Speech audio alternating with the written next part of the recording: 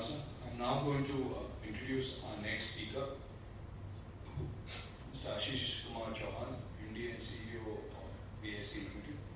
Ashish is MD and CEO of BSE Limited, which is the largest exchange in the world in terms of number of stocks listed. He's also driving a technological turnaround of the exchange, and I'm sure he can talk about it. It's now become amongst the fastest exchanges in the world. And the BSE and SME exchange will completely, I think, revolutionize the way equity is made available to small businesses in the country. He has won the Distinguished Alumnus Award for the year 2014 from the Indian Institute of Technology, Bombay. He's also been ranked amongst the top 50 chief information officers of the world by several magazines and institutions between 2005 and 2009, including the CIO magazine in the US, Information Week US, etc. One thing that very few people know about, but I always like to highlight it, is the fact that Ashish was the founding CEO, the first CEO of the Mumbai Indians cricket team.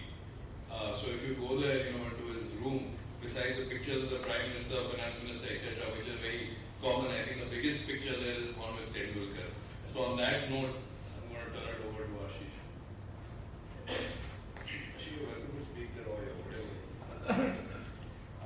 Thank you, Kaushal, Dr. Jalan, Shri Nair, Shri Bhandari, Shri Mohapatra, Srinivasan, friends, ladies and gentlemen. It's a pleasure and honor to be in front of you. And sitting with Dr. Jalan is a great privilege. Thank you, sir, for making it today. For me, risk management is an interesting concept. I used to teach risk when I was setting up derivatives for modern derivatives for Indian markets.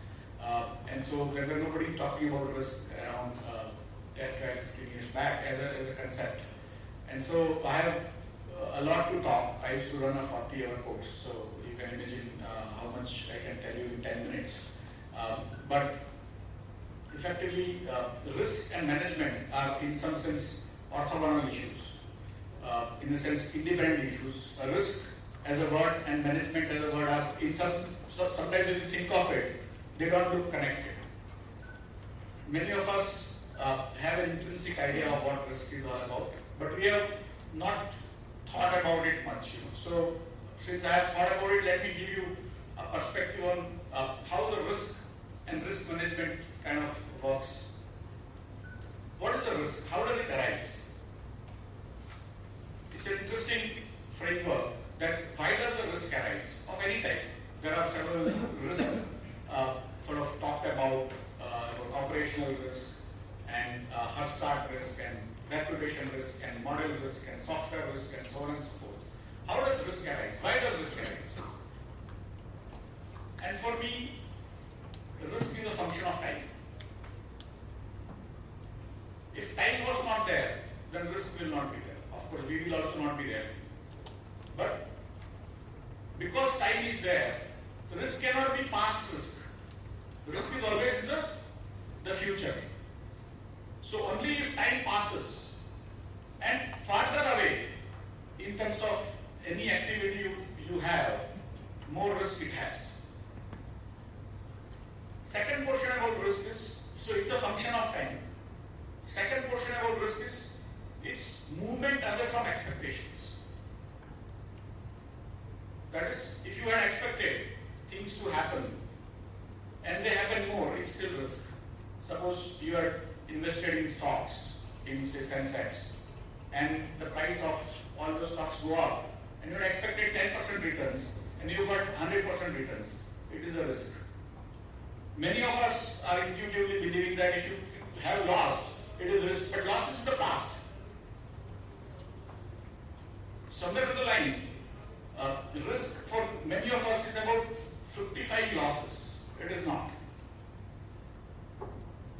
The other aspect, so when you go back, you should be reading few books. If you get one of them, it is with my friend Ms. Nair, Against the Gods, by Peter Bernstein. It's a phenomenal book. It reads like novel, but it will give you a perspective on what risk is all about, how the measurement of risk and concept of risk came. So that brings me to, and Nassim Nicholas Taleb, including Black Swan and Random Walk and so on and so forth. But this Peter Bernstein and Nassim Taleb have some great things to say, not that they are perfect, but you will get some ideas of what I'm trying to sort of explore on.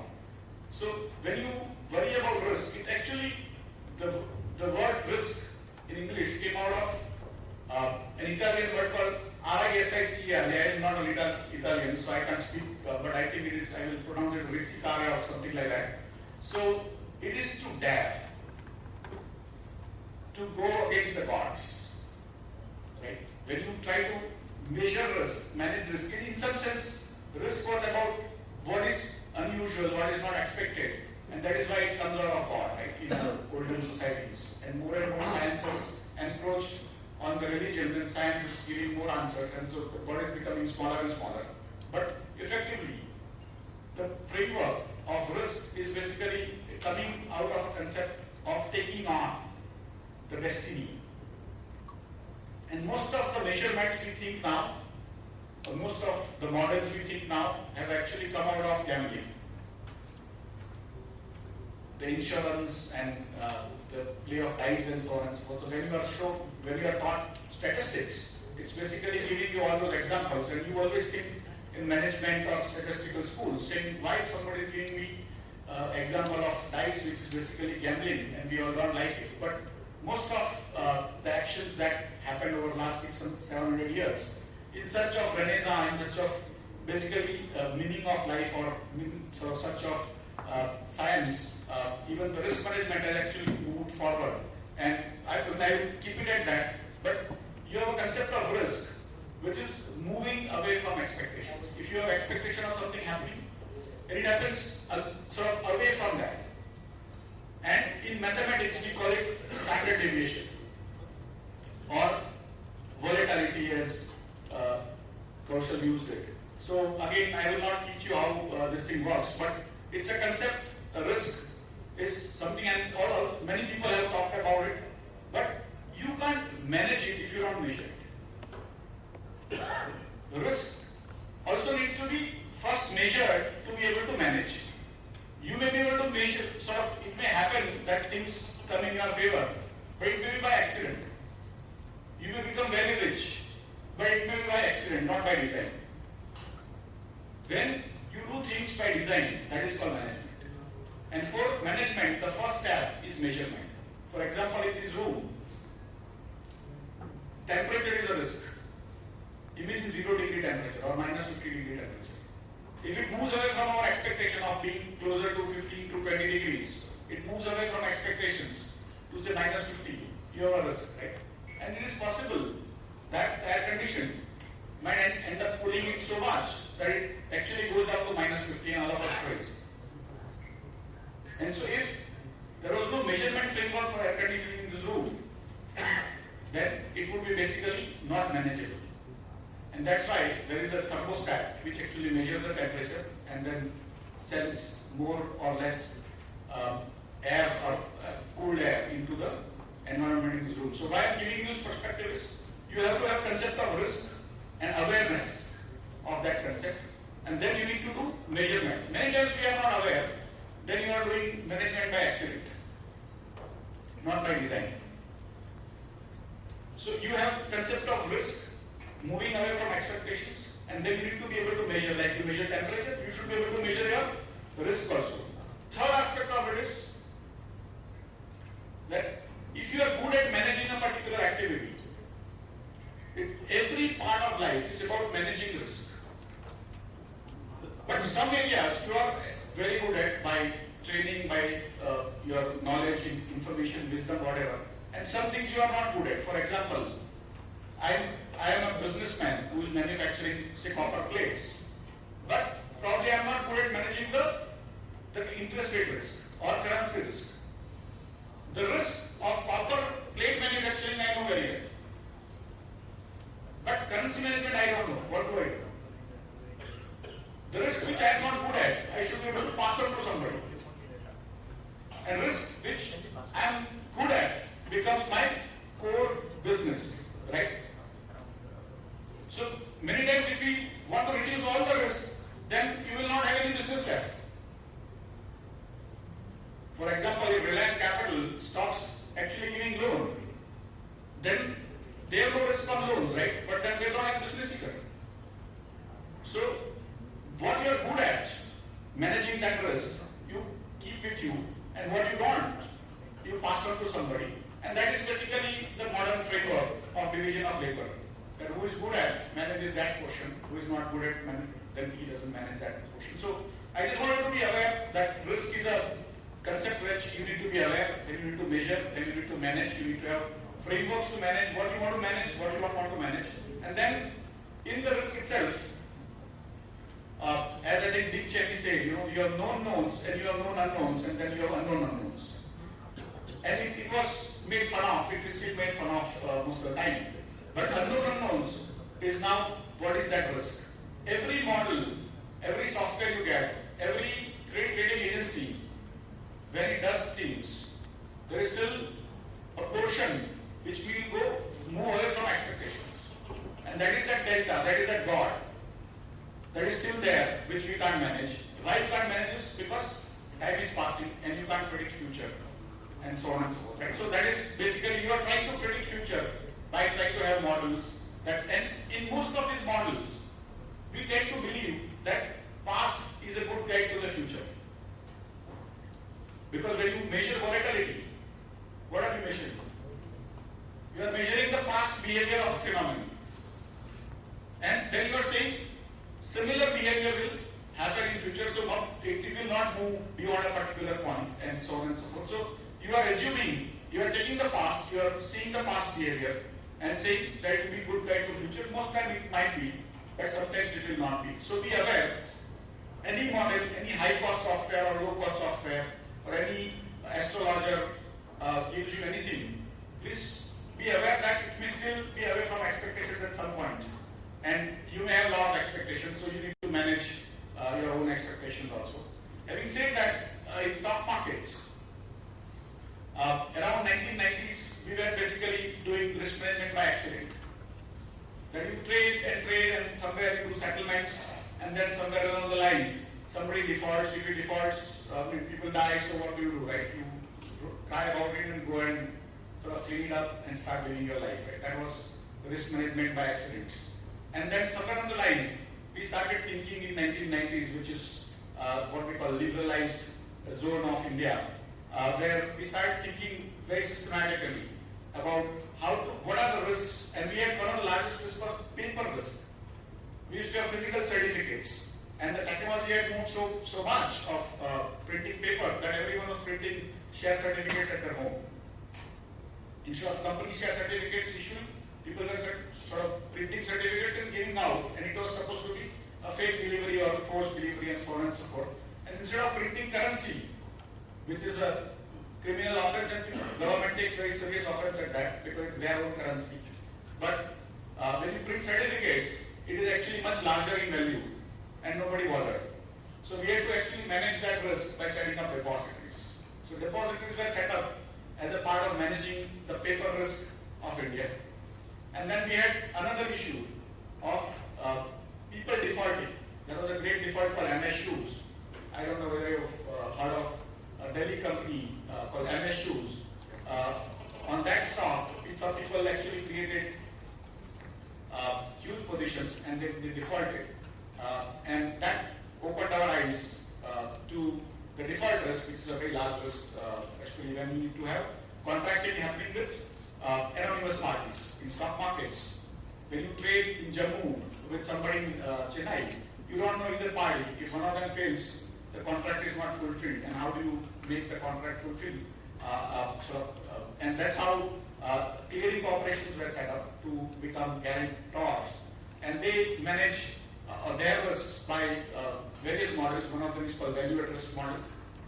It's very simple if you sort of go into the details. But effectively, we have several models of extreme value theory and so on and so forth. But we set up the clearing corporations and we measure portfolio-based risks and so on and so forth. That in next one day, 24 hours, how much a portfolio can potentially lose On that basis, we take margins, initial margins, mark-to-market margins, and so on and so forth, and we manage the risk. So effectively, from 1995 onwards, in 2014, around 19-20 years, we have had very few defaults, and even if there were defaults, we had basically ability by the clearing corporation, their funds created, to ensure that even if one party defaults, the counterparties actually are paid off by the clearing corporations. And that is how we have tried to manage the risk like an insurance, a collective insurance of all the brokers by clearing corporations. There are various ways to do things. Insurance is a pool mechanism where everyone puts in money into the pool, and then if somebody dies, their families get money and so on. So similarly, clearing corporations are in that sense what they call CCPs in technical terms. But there are again many situations. Automation has helped greatly. We have been able to implement many of these things through automations. And we also, unlike rest of the world, we manage the risk at the client level. In US, in Europe, in Japan, in all parts of the world, the stock exchanges and clearing corporations manage risk only at the clearing member level. That is, banks who clear on behalf of customers on that basis.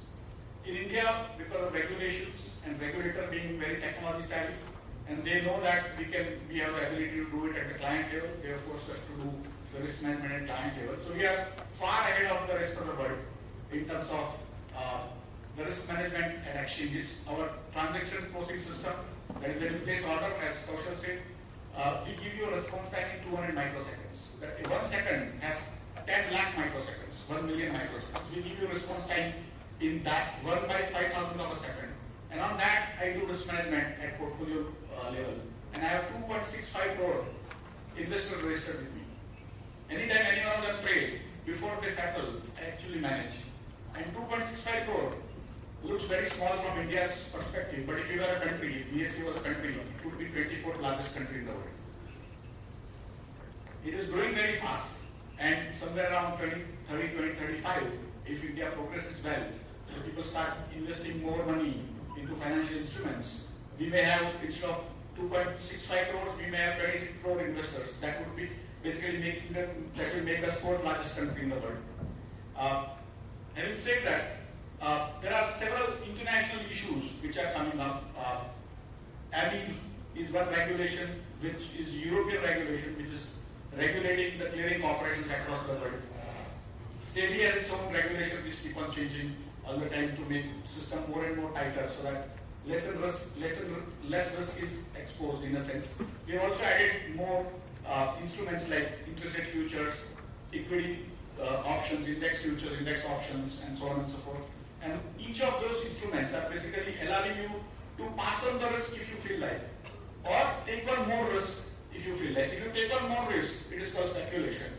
If you pass on the risk, it is called hedging. But sometimes, when you think you are passing on the risk, you end up taking more risk. So sometimes you think you are hedging, but you are speculating. And we also obfuscate the issues, especially in financial markets. We have an ability to create jargons every day. So when we call a fund a hedge fund, it is actually a misnomer because it's a speculative fund. But if I call it speculative fund, then nobody will agree. So I call it a hedge fund. With that, thank you very much for listening patiently.